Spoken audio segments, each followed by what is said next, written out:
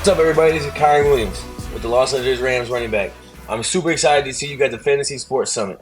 Good morning, guys. Happy Saturday. Got an exciting video here for you. I'm going to give you guys 5 tips to absolutely crush your fantasy football leagues, guys. It's a practical video, fantasy football draft strategy. You want to implement these 5 tips if you want to get a major advantage in your leagues for Fantasy Football 2024. Buckle up, guys. Hit the thumbs up. Turn on the bell. And I don't say that lightly. I mean, literally hit that thumbs up and turn on that bell because it's the only channel giving you guys the truth. Everybody else is copying and pasting rankings, BSing you. And after you guys listen and watch this video, you'll be like, oh my God, common sense corner here. Finally, somebody talking with some common sense, because in fantasy football, and that's the reason I got into this, there's zero common sense. Nobody's being practical. Everyone's just drafting based on ADP or on recency bias, and that's not how you're going to win your league. So I've laid out 5 tips here to crush your leagues. Again, smash it, tap it, slap it. If you're new to the channel, I looked at it, the analytics, millions of views, but only 70% have actually not subscribed yet. So subscribe to the channel, turn on that bell. You don't want to miss out, okay, guys? Also, grab the 16-round drafts, which I'm going to plug it shamelessly here because this is the solution to help you guys crush your leagues and be light years ahead of the sheep, aka the consensus. Guys, grab 16 rounds. As soon as you guys sign up, you're going to get an email, login, access to all my mock drafts, sleepers, breakouts, auto players drafted each round. Everything you need on a silver platter, okay? 16 rounds, grab it below. There's a summit. We're 2 weeks away, just under 2 weeks away. We're going to hang out with actual NFL athletes, including Kyron Williams, Trey Benson. So when you guys are checking out for 16 rounds, make sure you guys add the summit. You get a major discount if you guys are a 16 rounder. You pretty much get it for half price, okay, guys? So grab 16 rounds, grab the summit, and I'm doing direct coaching as well. If you guys want direct access to me, there's a link below here on YouTube, or head on over to thefantasyfootballcounselor.com and book the direct coaching. There's a tab on my website. Book the direct coaching, goes right to my calendar, and I give you a phone call. Okay, guys? Super exciting, all right? Smash the tap and slap. Let's get to it, guys. Happy Saturday. We've got some preseason games today. I'm ready to get through this video and get to those preseason games. I'm watching some talent here. It's exciting as I'm analyzing some of these starters playing. Watched it yesterday. Tank Dell getting those, getting that touchdown. And like I told you, man, we're going to talk about this here. Nico Collins, round 2, could boom, but you're looking at a diluted committee there. So I'm watching, I'm analyzing, and we're going to get to these points, and then you're going to be like, oh, that makes sense, okay? So first tip here, guys, all right? Aim high on the depth chart. Now, I know common sense is not that common anymore. I've said this in a lot of my videos, but a lot of people are not doing this. The consensus are not telling you to do this. And I'll give you a quick example here, okay? Last year, and I'm going to use one example, but there's a ton of them, T. Higgins, round 2. Why in the world would you draft a wide receiver 2 as your wide receiver 1? It makes zero sense. There's zero logic. And the only objection I've heard to this, because I've heard it in the comments, is, he puts up potential top 10 numbers. Listen, I don't care. Okay, Higgins busted last year, and he's going to do it again. And yet he's still ranked ahead of a ton of other wide receiver 1s.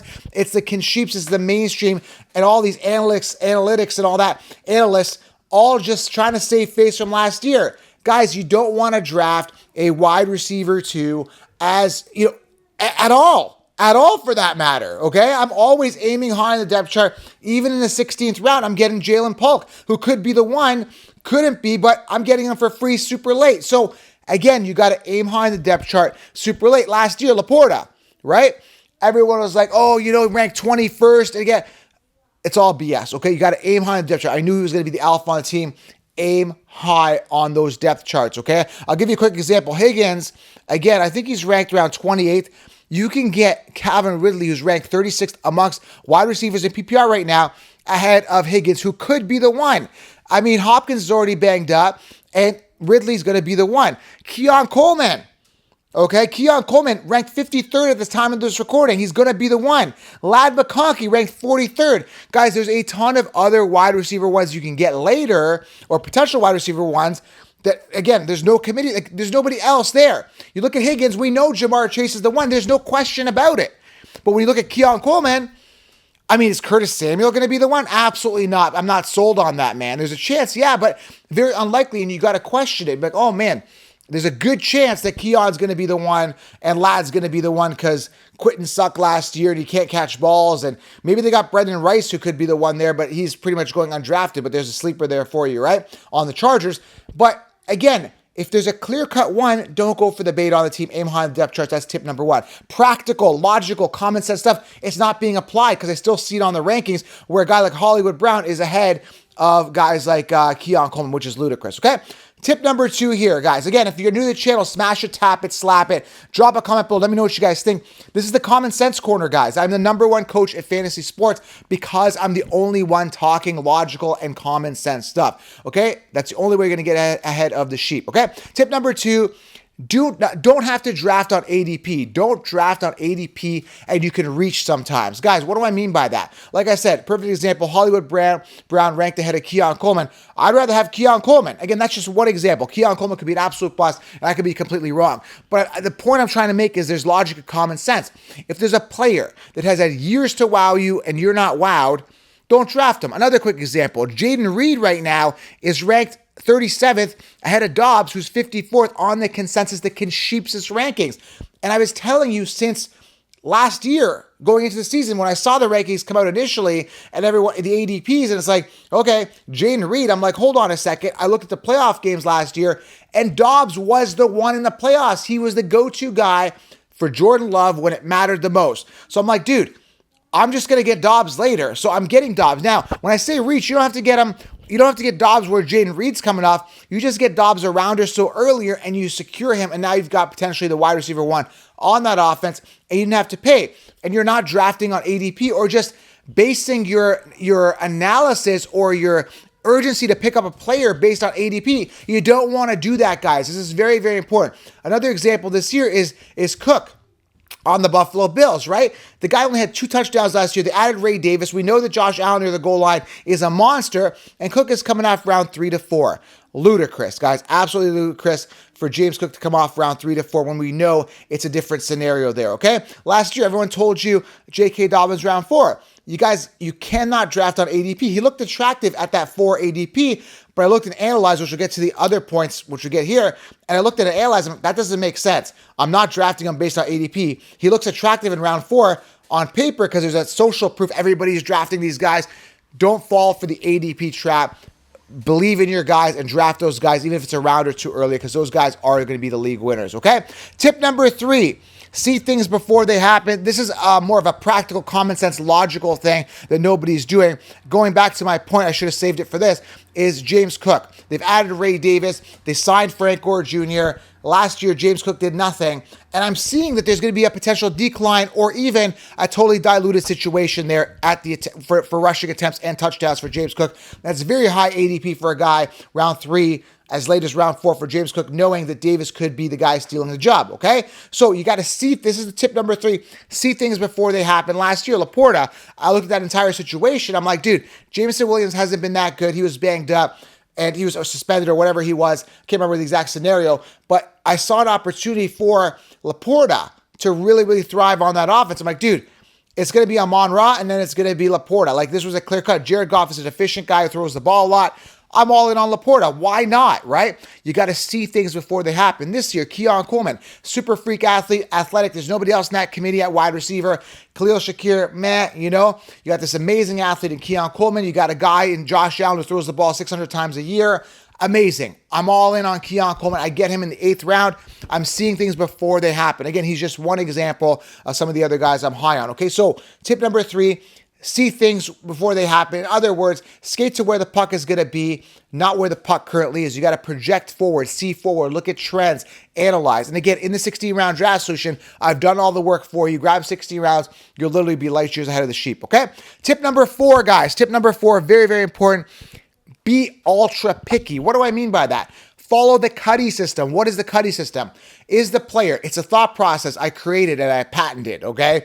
When I'm drafting a player, I asked myself, I broke it down to five tiers here, okay? And my friend Jim created the app, the 16-round plus tool, which everything is based on a Cuddy score. Super cool, 16-round plus, you can get it. You get a discount on that once you get 16 rounds. It's all in the 16-round draft, so once you get it, make sure you guys grab the app. But consistency. Is the player consistent week in, week out, year in, year out, day in, day out? Consistency. Upside, Cuddy, right? Cuddy, C-U-D-D-Y. Upside, how much upside does this player have? Keon Coleman, tons of upside, right? Certain players, Saquon Barkley, new offense, explosive offense, tons of upside, okay? Upside. Durability. Has he been durable? Is he going to stay durable? Like, what's his track record? Is he a guy that always gets hurt? I remember years ago, Jordan Reed at tight end, the consensus were always telling you, hey man, draft Jordan Reed, he's a good player. Guy got hurt every year. If you guys would go back, Jordan Reed, that's a good example. I'm just the first guy that came to my head. Mike Williams last year. Everyone's like, Mike Williams. Okay, round 5. I'm like, dude, no Mike Williams. And sure enough, he got hurt again. And now again, people are suggesting draft Mike Williams. No. Okay, consistency, upside, durability. We talked about the other D, depth chart, aim high there, very common sense. I talked about that. And then youth. Is the guy young or is he kind of over the hill? I really bank on, this is very, very important to me. They're all important, but upside and youth are a big thing when I'm drafting. And which we're gonna get to the last 5th tip, which is gonna cover what I'm trying to say here. I aim high in the depth chart. I go for the youth and upside. But tip number 5, you got to back it up and balance your roster. In other words, if you are going, tip number 5 is back it up and balance your roster. It's kind of a 2-part thing.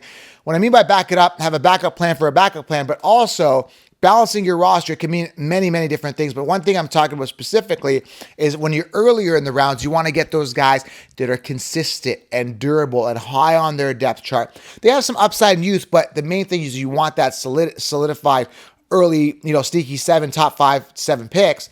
And then later, you can really bank on that youth upside and depth chart, right? Like your Keon Coleman's, your Ladd McConkey's. Again, I'm just using these guys as examples because they're young, there's upside, good quarterbacks throwing to them, minimal committees, and they have a shot at clear-cut wide receiver 1 status or running back status if you're looking at a running back, okay?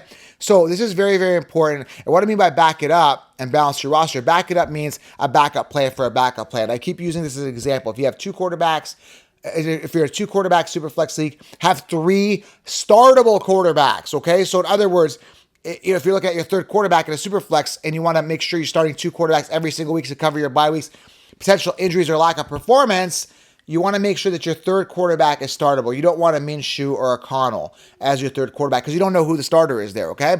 You want to make sure you get a guy that's startable, who's slated to be the starter in the NFL as your 3rd quarterback, always backing yourself up. And this is exactly why I say you have to go robust RB or heavy RB earlier on because it's very hard to get a lot of good running backs that have minimal or no committees, unless somebody breaks out like a Kyron Williams or something. But that's more of a rare anomaly, or you got to stash the right sleepers.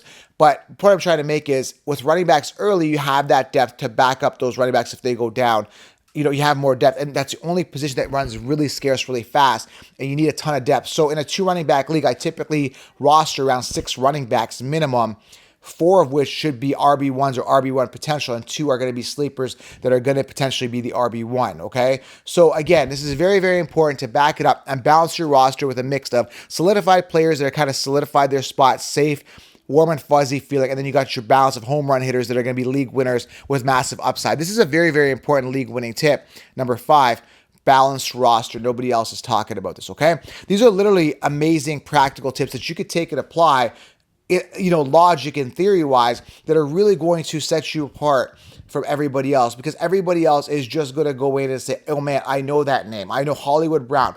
I know that name. I'm just going to draft him because that's a secure name. That's a safe name. It's not how you're going to win your leagues, guys, okay? You got to think logically. You got to think practical. You got to aim high, go for the alphas, and reach for the stars. Really, I know it sounds cliche, but you really got to, if that's how you're going to win your leagues, you got to separate yourself from the herd.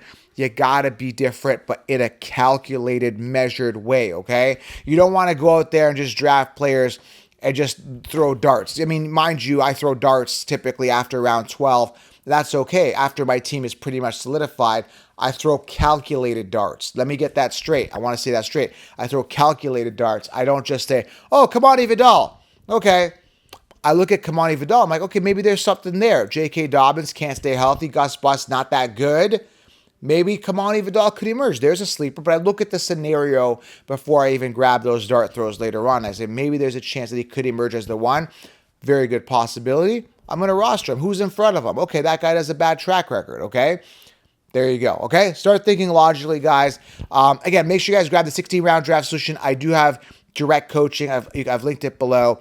Okay, guys, smash it, tap it, slap. If this is making sense to you and you guys love what you're hearing, smash it, hit the thumbs up, and turn on that bell. I'm doing lives every night at 8:30, and we have our morning show every morning at 7 a.m. All right, guys? I appreciate you. It means a lot to me, guys, that you're here. I want you guys to genuinely win your leagues and enjoy the process as well. I'll talk to you guys next video. Have yourself an outstanding weekend. I'm out.